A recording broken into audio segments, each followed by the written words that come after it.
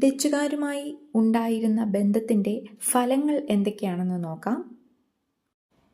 കേരളത്തിലെ കാർഷിക സമ്പദ്ഘടന മെച്ചപ്പെടുത്തുന്നത് ഉദ്ദേശിച്ചുകൊണ്ട് അവർ പല ഉൽപ്പന്നങ്ങളും ശാസ്ത്രീയപരമായ കൃഷിരീതികളും ഇവിടെ നടപ്പാക്കി. അവർ കേരളത്തിൻ്റെ തീരപ്രദേശങ്ങളിൽ തെങ്ങ് കൃഷി വിപുലമായി നടത്തി.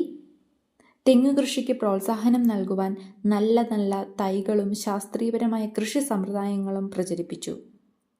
വൈപ്പിൻ, വെണ്ടൂരുത്തി എന്നിവിടങ്ങളിൽ തെങ്ങു കൃഷിയിൽ പരീക്ഷണം നടത്തി. അതുപോലെ അവർ നെൽകൃഷിക്കും അമരികൃഷിക്കും പ്രോത്സാഹനം നൽകി. അമരിത്തൈകൾ സൂററ്റിൽ നിന്ന് കൊണ്ടുവന്ന് എറണാകുളം, ആലങ്ങാട്, വെണ്ടുരുത്തി, വരാപ്പുഴ എന്നീ സ്ഥലങ്ങളിൽ കൃഷി ചെയ്യുകയും ഇങ്ങനത്തെ അമരിച്ചെടി കൃഷി ചെയ്യാൻ വേണ്ടിയിട്ട് മത്സ്യത്തൊഴിലാളികൾക്ക് പരിശീലനം നൽകുകയും ചെയ്തു.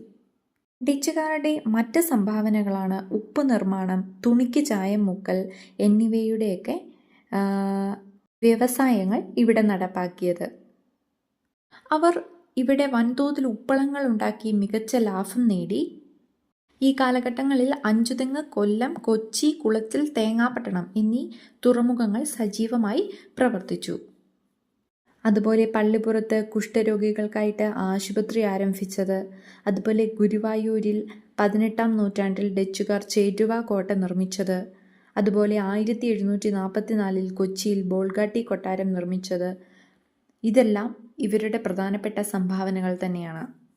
ഇതിലേറ്റവും പ്രാധാന്യം അവരുടെ ഹോർത്തൂസ് മലബാറിക്കസ് എന്ന ഗ്രന്ഥം തന്നെയാണ്. ഡച്ചുകാർക്ക് വിദ്യാഭ്യാസത്തിൻ്റെയും സാംസ്കാരികത്തിൻ്റെയും രംഗങ്ങളിൽ കാര്യമായ സ്വാധീനമൊന്നും തന്നെ ചെലുത്താനായിട്ടില്ല.